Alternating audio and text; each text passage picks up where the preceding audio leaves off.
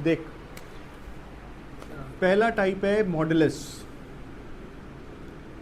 अगर आपको कहा जाए कि draw the rough sketch of y is equal to mod of x plus 1, ठीक है, ऑल्सो फाइंड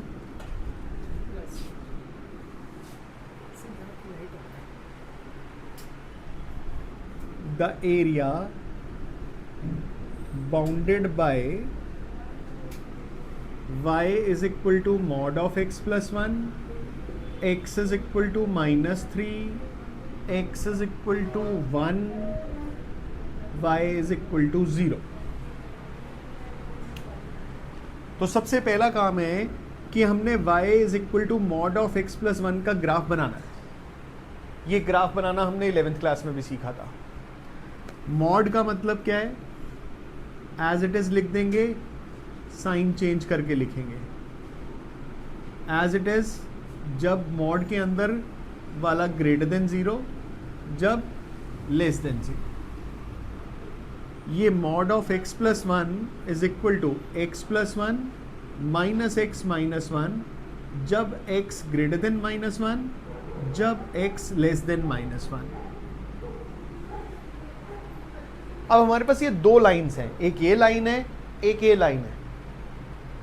स्केच बनाने के लिए सबसे पहले मुझे पॉइंट ऑफ इंटरसेक्शन चाहिए।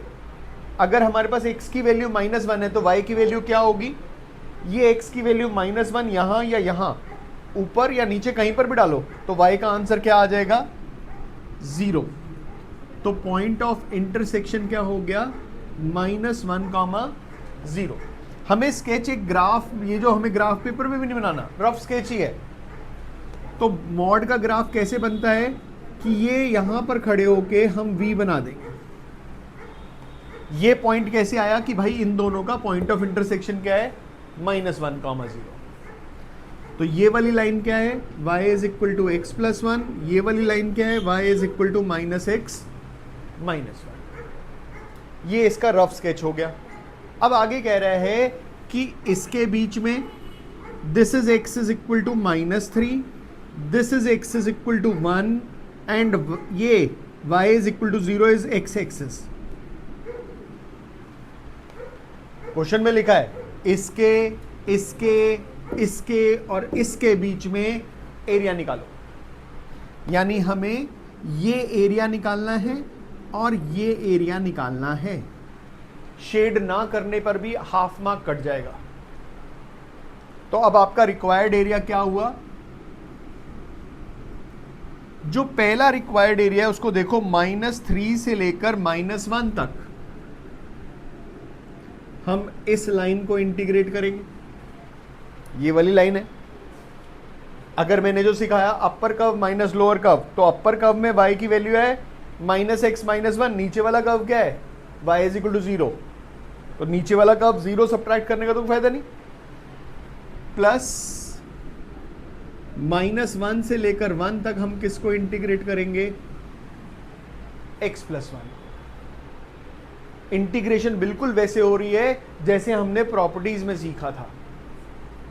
अगर मुझे यही सेम क्वेश्चन इसकी जगह ये दिया हो कि draw the rough sketch of this और आगे लिखा हो इवेल्युएट, क्या लिखा है? इवेल्युएट -3 से लेकर 1 तक मॉड x प्लस 1 dx। तो इसका मतलब यही है, ये जो नीचे -3 है ये क्या हो गया? x is equal to -3। ऊपर वाला 1 क्या हो गया? x is equal to 1। dx का मतलब क्या हो गया? x एक्सिस मतलब y इज इक्वल टू 0। हमें सिर्फ ये ग्राफ एक्स्ट्रा बनाना है। मॉड के केस में एरिया बिल्कुल वैसे निकलेगा जैसे हमने प्रॉपर्टीज में सीखा है। बात समझ में आती है?